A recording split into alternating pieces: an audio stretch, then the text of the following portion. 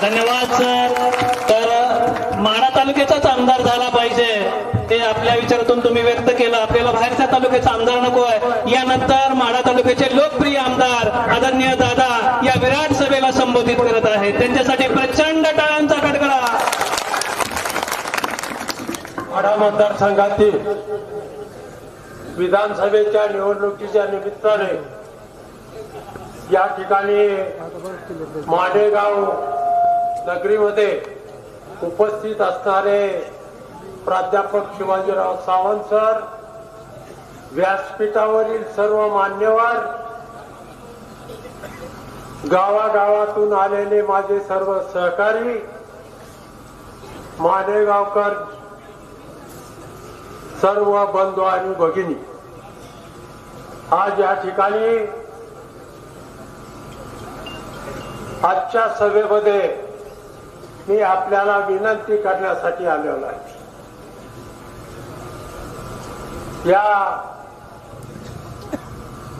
विधानसभेच्या निवडणुकीमध्ये आपल्याला माहिती आहे की या ठिकाणची खैराव माडेगाव उपसा सिंचन योजनेचा तत्वता मान्यता मिळवून त्याचं टेंडर काढायच्या पद्धतीपर्यंत काम आलेलं आहे. आपण काही मंडळी म्हणता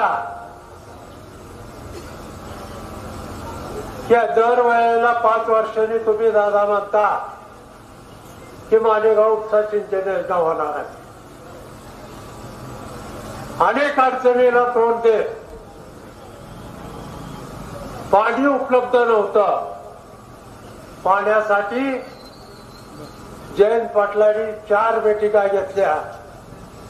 5000 हेक्टरचं पाणी उपलब्ध केलं आणि 12,000 एकराची लिफ्ट जवळपास 250 कोटीची आज मंजूर झालेली आहे. या ठिकाणी आपल्याला तुमचे जे काय वैयक्तिक प्रश्न आहेत त्याची सोडवणूक करण्यासाठी प्रत्यक्ष अथवा फोनवर बोलून मी आपल्याला एवढंच सांगेन की मला मध्यस्थीची गरज लागत नाही.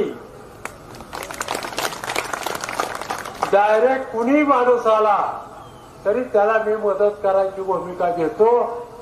म्हणून माझ्या सगळ्या या भागातल्या जनतेला माझी विनंती आहे की कुणाचंही काय काम असू द्या, फोन करा, समक्ष भेटा, त्याला मार्ग काढायचा मी प्रयत्न करेन. या ठिकाणी मालेगावच्या जनतेने गेल्या 6 निवडणुकीमध्ये प्रचंड प्रेम दिलेला आहे आणि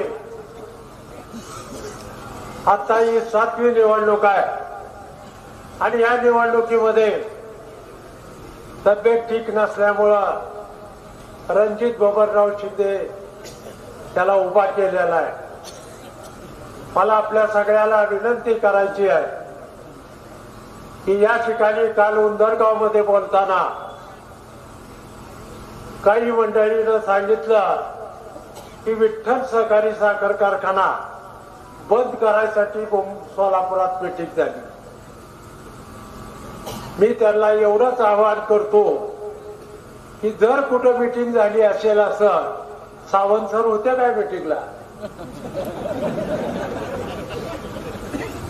कुठं मीटिंग झाली असेल ही जर सिद्ध केलं तर राजकारणातनं निवृत्त होईल एवढं मी आपल्याला.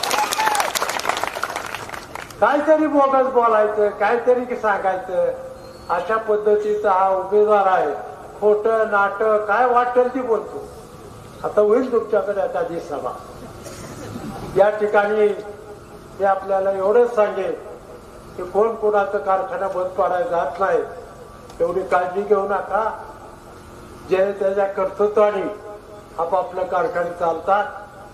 भविष्य काळामध्ये गेल्या वर्षी माझ्या बरोबर भाव देताना 43 कोटी तोटा आलाय त्याला. आणि ही तुम्हाला पाहिजे बघायचं असेल उद्या वॉट्सअपवर त्याच्या अहवालामध्ये नमूद केलेला आहे की तुम्हाला सगळ्याला मी पाठवते. मनाचं सांगत नाही मी.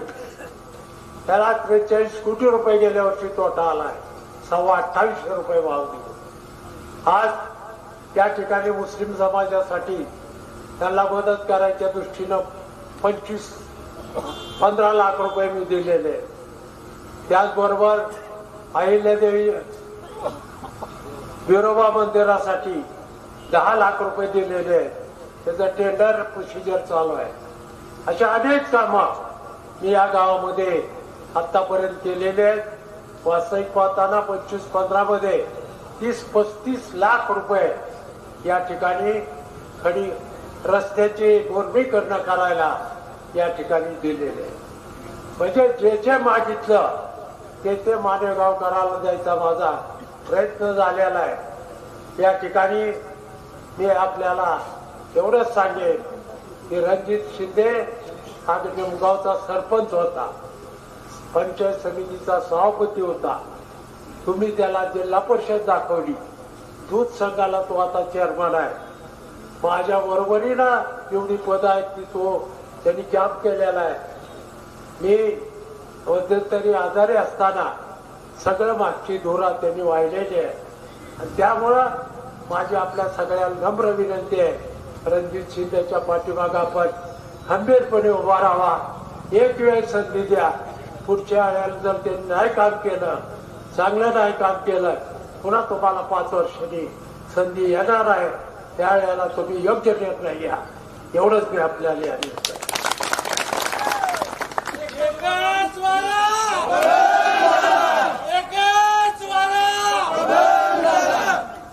या ठिकाणी पार शेतकरी संघटना असेल, रयत संघटना असेल, शिवाजीराव सावंत सरांच्या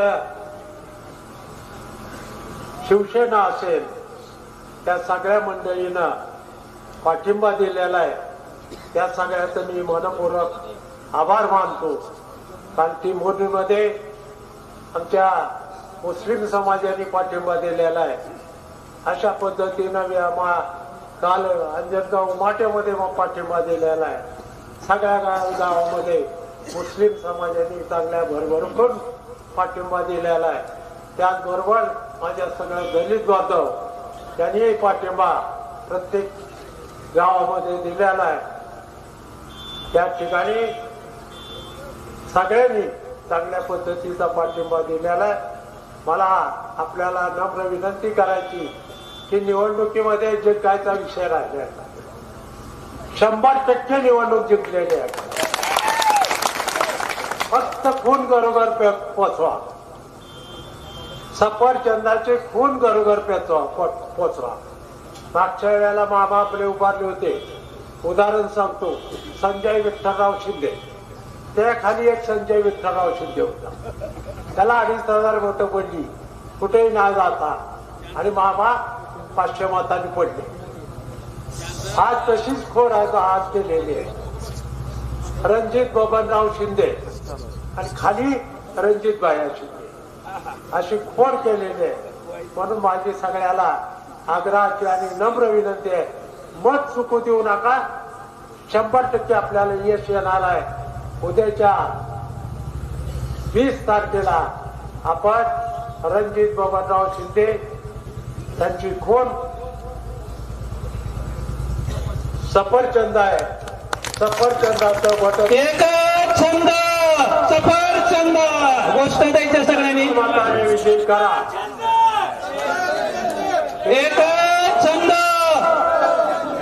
एकच छंद, फक्त सफरचंद.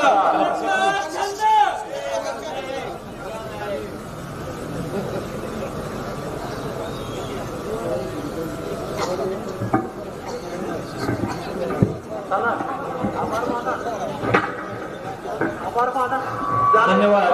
या ठिकाणी या कार्यक्रमासाठी उपस्थित असणाऱ्या सर्व मंडळींचं